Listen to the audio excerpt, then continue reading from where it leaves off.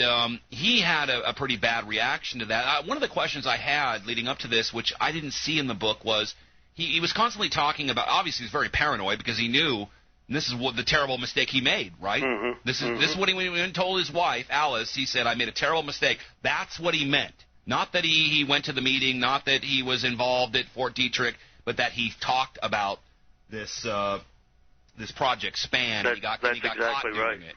And he had a bad reaction to all this. I thought that they were continually dosing him, is what I thought. I mean, it seemed to me like the initial dosing wore off. They kept dosing him. He kept getting crazier and crazier. They were going to try to lock him up into a mental institution like Ezra Pound, who was talking about the reserve. And when they finally couldn't get him to the mental institution, there was a struggle, and they threw him out the window. And ironically enough, it was two Frenchmen locked into the narcotics trade that actually did the dirty work.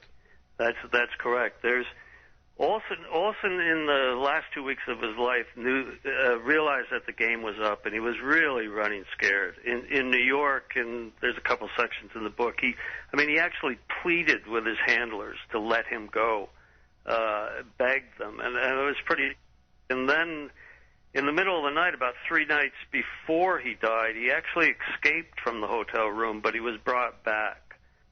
And during that escape, it's interesting, it was reported in 1975 that he himself threw away his wallet and all of his identification papers and credentials, but they were actually taken away from him at that point in time because they didn't want him to attempt to escape again. And that's what happened to Frank Olson. We finally know, thanks to you, Hank, and thanks to these people that stood up, the whistleblowers. I'm looking at, I know you've done a lot of research into this, and I've got to skip ahead for the sake of time. Mm-hmm.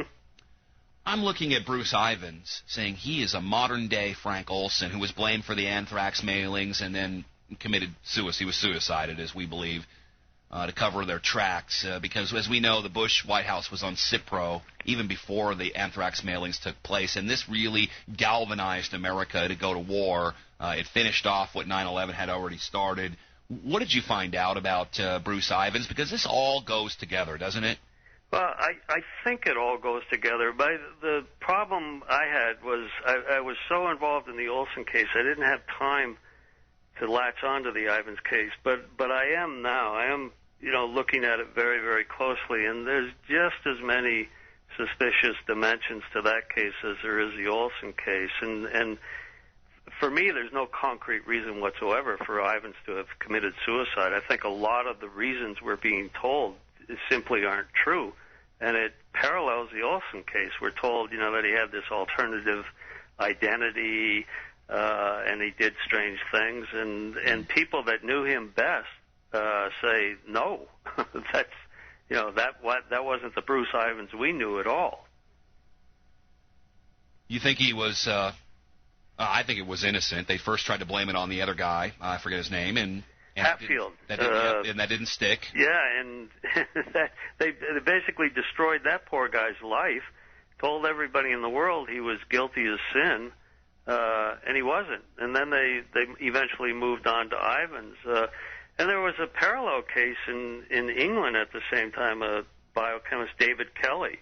Yeah, I was going to mention him, who got a lot of publicity because he released kind of the war documents involved as the Downing Street memos, but I think that might have almost been a cover for what he was really working on. I mean, that kind of leads us, doesn't it, Hank, into the strange deaths, mysterious, convenient deaths of so many. How many biochemists are there that have, including the one at Yale recently who was killed, and that story went away immediately. The young Asian girl.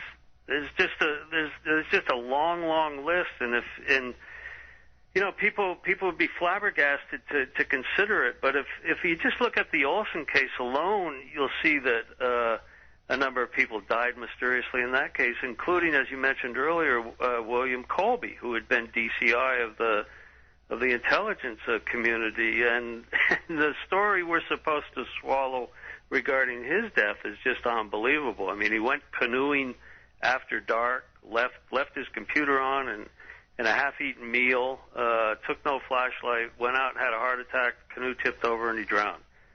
I don't think so. Well, and Colby not only locks into this whole Fort Detrick CIA Frank Olson case, but he also locked into the CIA drug shipping case from Central America during Iran-Contra. I mean, he knew where all the bodies were buried. Right. He had overseen Project Phoenix in Vietnam, but I think there's some reason to believe that he was maybe starting to see the light, and he was doing some good things in his final years and actually representing and helping in some good causes, and I think it backfired. Yeah. Well, they dosed Kennedy.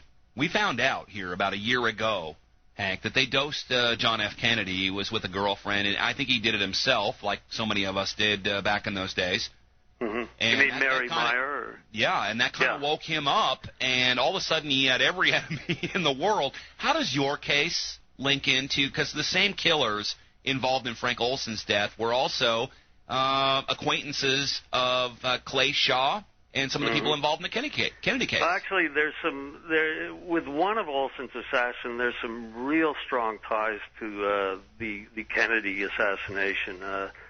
One of these men actually was in New Orleans at that time, at the same time that Lee Harvey Oswald was there, and he was working for Clay Shaw. And he spent some time working also at the Riley Coffee Company where Lee Harvey Oswald had worked. So there were some strong connections there. And then, like you said with JFK, there's almost overwhelming evidence that Kennedy took LSD, as crazy as that sounds, with Mary Pinchot Meyer. And look what happened to her. She was murdered on the towpath in Washington, D.C. And Clay Shaw links into Permindex, which is a chemical company linked to the Mossad. Mm-hmm. We can go there if you like. Everything's connected. It seems to be, and maybe it's not that we're trying to connect it. These things connect themselves. Hank Albarelli is with us. We'll come back to you about 3 or 4 more minutes and decide. Unfortunately, we're out of time. We'll hopefully have a part 2 to this interview. Stay with us. Deadline Live.